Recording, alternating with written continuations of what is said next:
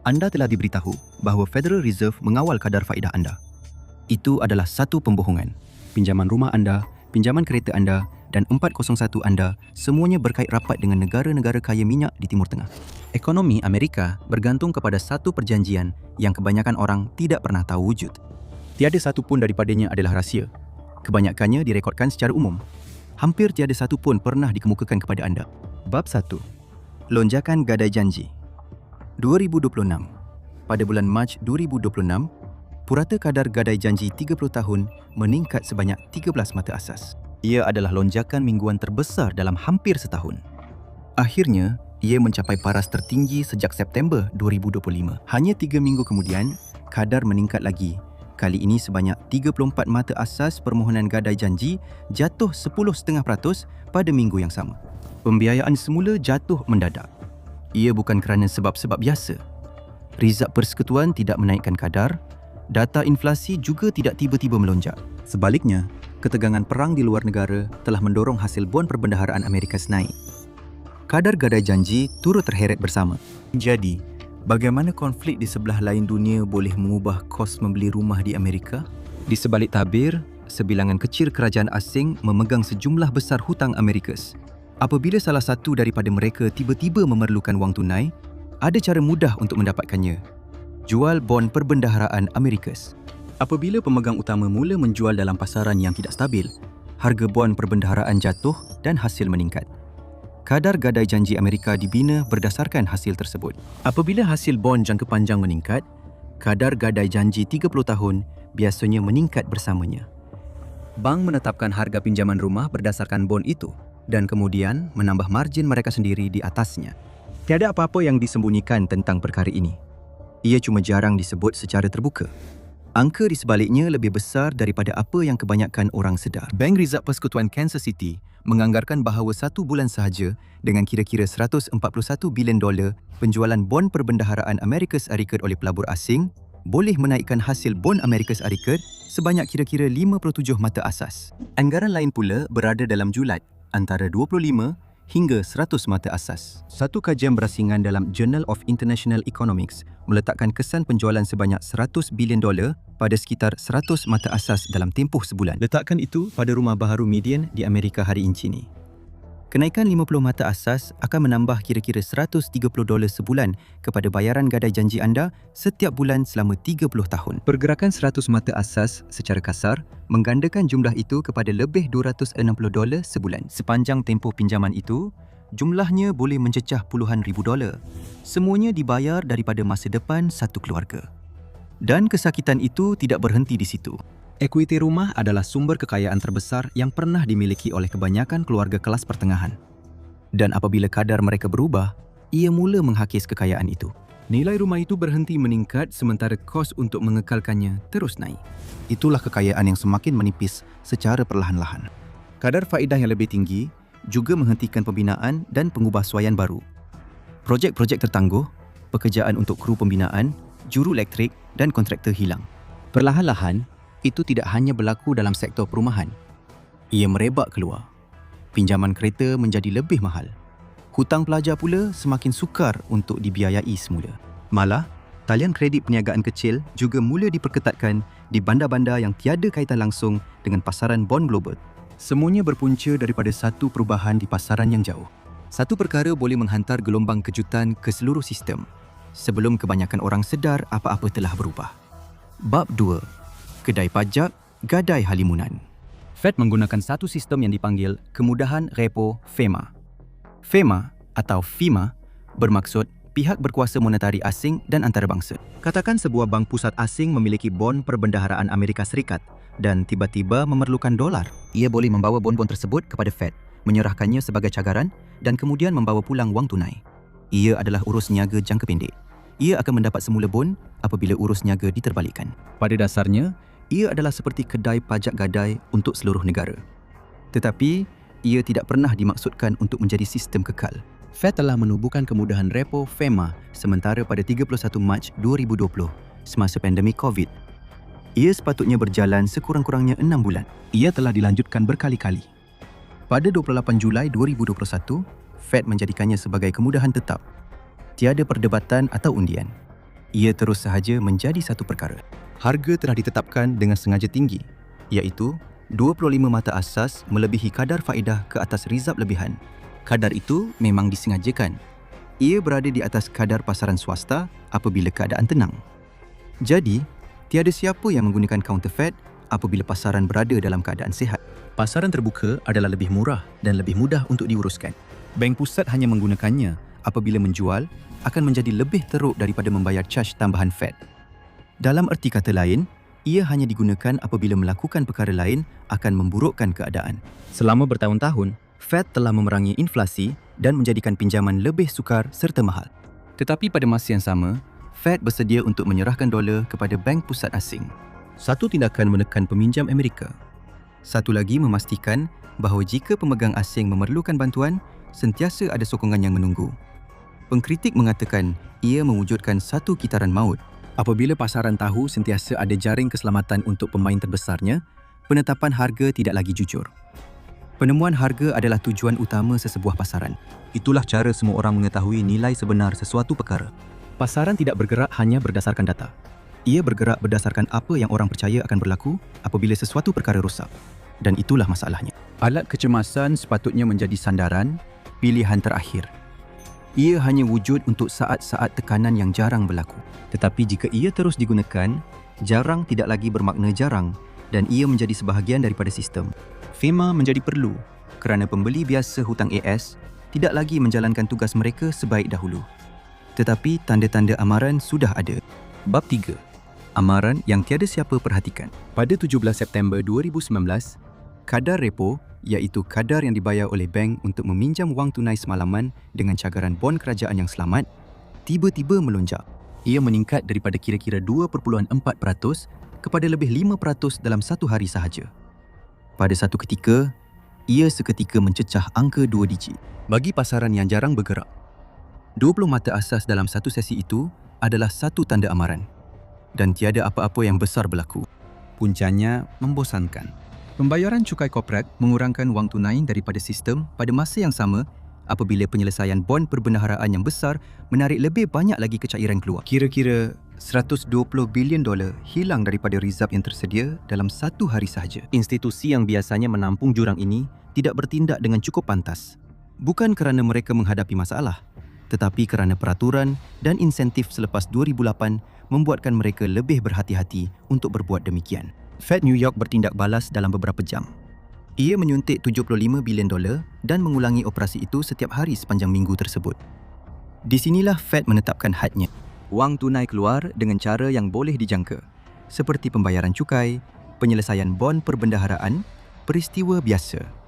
Tetapi tidak cukup penampan yang tinggal dalam sistem untuk menyerapnya. Tiada siapa yang bertanggungjawab boleh dengan yakin mengatakan di mana tahap selamat itu sebenarnya lagi. Jadi 2 tahun kemudian, pada Julai 2021, Fed menjadikannya kekal. Ia menukar tindakan repo kecemasan kepada kemudahan repo tetap untuk bank-bank AS. Ini adalah komitmen berterusan untuk campur tangan dan meminjamkan wang tunai bila-bila masa pasaran swasta tidak mahu berbuat demikian. Pada hari yang sama jugalah, ia mewujudkan kemudahan FEMA. Satu untuk dalam negara, satu untuk global. Kedua-duanya dibina atas sebab yang sama.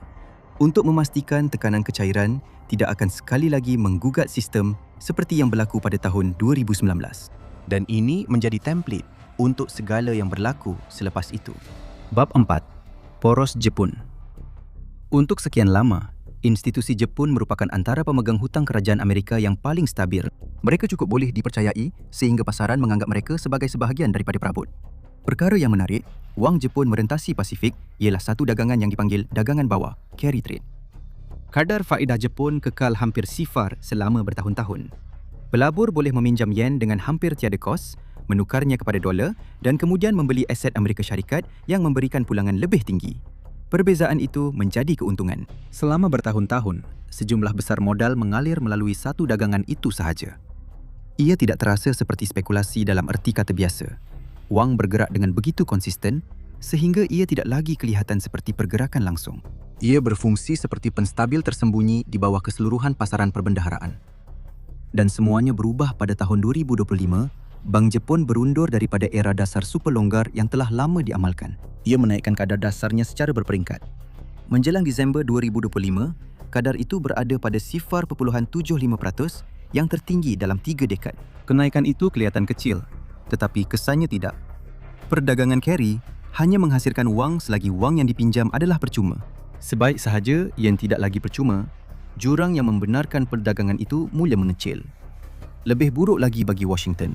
Hasil bon Jepun di dalam negara meningkat melebihi 2%. Pelabur Jepun tiba-tiba mempunyai alasan untuk membawa pulang wang mereka. Mereka boleh memperoleh pulangan yang selamat dalam mata wang mereka sendiri. Wang yang telah mengalir keluar selama 1 generasi mula berbalik arah. Penarikan semula Jepun berlaku ketika penerbitan hutang ASS mencatat rekod. Pada saat itu juga, Washington perlu menjual lebih banyak hutang berbanding sebelum ini dan salah satu pembeli paling dipercayainya mula berundur. Itu tidak mencetuskan krisis serta-merta, tetapi ia mengubah keseimbangan di bawah sistem tersebut. Kerana apabila seorang peminjam tiba-tiba memerlukan lebih banyak wang, sementara pemberi pinjaman lama membeli kurang, tekanan itu mesti dialihkan ke tempat lain. Kelembapan asing itu pun bukanlah masalah sepenuhnya. Sementara penampan itu semakin menipis di luar negara, satu lagi titik tekanan sedang perlahan-lahan terbina di dalam Amerika Syarikat sendiri. Cukup besar untuk memberi kesan dengan sendirinya. Bab 5. Dinding kematangan $1 triliun. Washington bukan satu-satunya peminjam di Amerika yang hidup atau mati bergantung pada tertingkap pembiayaan semula. Di bawah angka persekutuan, terdapat satu lagi timbunan hutang. Kebanyakan orang tidak pernah memikirkannya sehinggalah ia menimpa mereka. Hartanah komersial. Dari blok pejabat di pusat bandar hingga ke pusat beli belah di tepi lebuh raya. Hampir semuanya tidak dibiayai dengan pinjaman yang dilunaskan secara ansuran. Pinjaman-pinjaman itu perlu dibayar sepenuhnya apabila matang. Hampir $1 triliun dalam pinjaman hartanah dijadualkan matang pada tahun 2025 sahaja. Ratusan bilion lagi menunggu giliran pada tahun 2026. Itu bermakna lebih daripada $1.5 triliun hutang tiba-tiba perlu dibiayai semula dalam dunia yang sama sekali berbeza. Sebuah bangunan yang dibiayai beberapa tahun lalu pada kadar 3% kini perlu mengambil pinjaman baru yang jauh lebih mahal. Sedangkan nilai bangunan itu sendiri mungkin jauh lebih rendah. Bagi banyak hartanah, pendapatan yang ada tidak lagi mencukupi untuk membuat kira-kira itu menjadi. Jadi, pemberi pinjaman menggunakan langkah yang dipanggil lanjutkan dan pura-pura. Dan ia memang seperti apa yang anda bayangkan. Bank-bank melanjutkan pinjaman dan menangguhkan tarikh akhir selama setahun atau 2 lagi. Mereka mengelak daripada merekodkan kerugian hari ini dan berharap keadaan akan bertambah baik sebelum masalah itu berulang. Secara individu, setiap langkah itu kedengaran munasabah.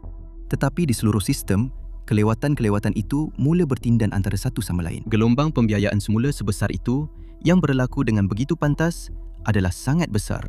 Ia adalah hutang pada skala ekonomi sebuah negara bersaiz sederhana yang tiba-tiba memerlukan terma baharu secara serentak.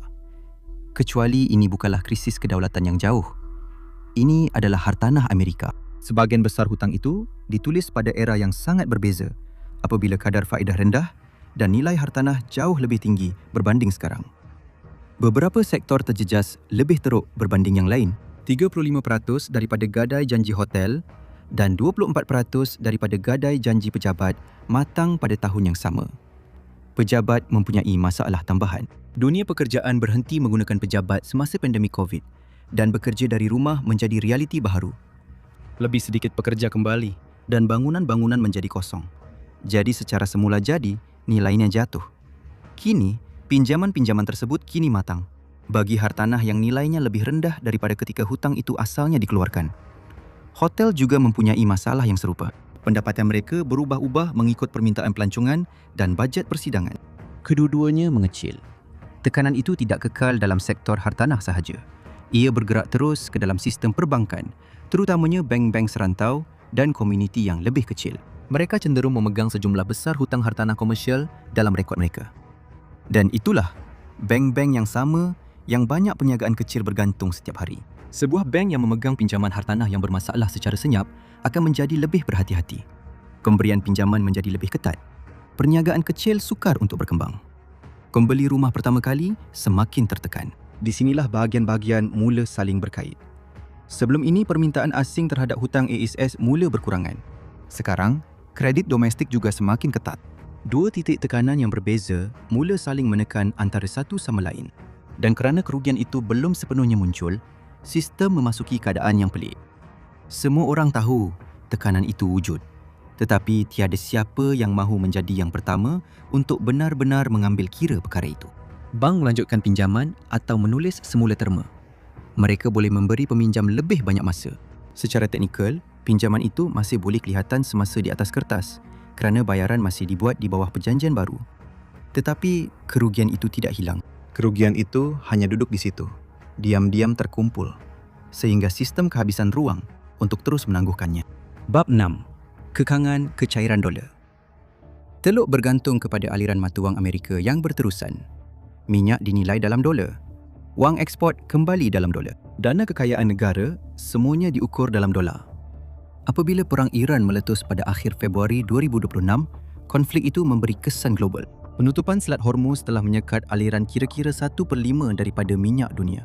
Harga minyak naik dan jangkaan inflasi turut meningkat. Hasil perbendaharaan dan kadar gadai janji juga mengikutinya.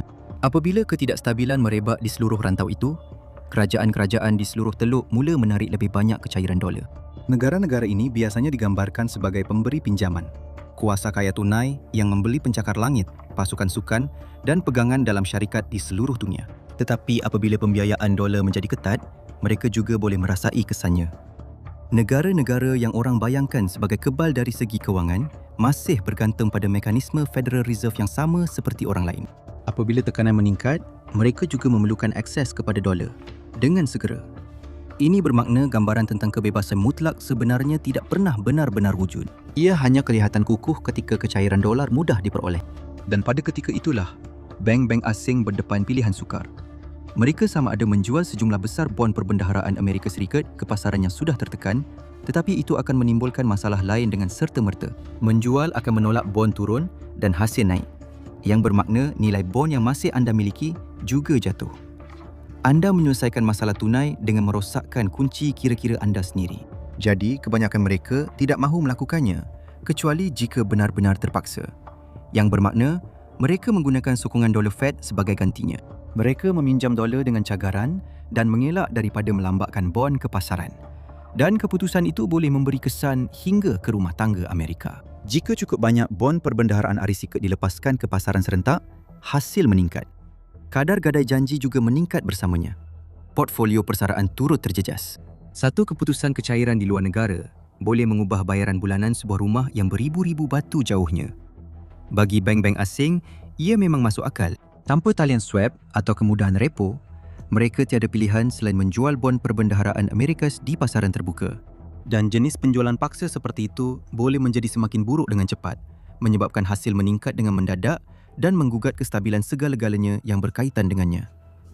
Langkah sokongan ini wujud untuk menghentikan reaksi berantai itu sebelum ia bermula. Dan secara teknikal, aturan-aturan ini disusun untuk melindungi Fed daripada kerugian mata wang secara langsung. Jadi, ini bukanlah sekadar bailout seperti yang dibayangkan orang ramai. Tetapi, perubahan yang lebih besar itu masih berlaku dan penggunaan berulang kali menjadi perkara biasa dan akhirnya sebati dalam sistem. Bab 7. Siapa sebenarnya yang memegang hutang itu sekarang? Anda mungkin membayangkan pertukaran dolar berlaku di bilik-bilik belakang yang penuh asap di Washington. Sebuah negara teluk yang kaya minyak menyerbu masuk ke Washington, membuat tuntutan dan mengugut untuk menjual bon perbendaharaan kecuali ia mendapat apa yang diinginkan.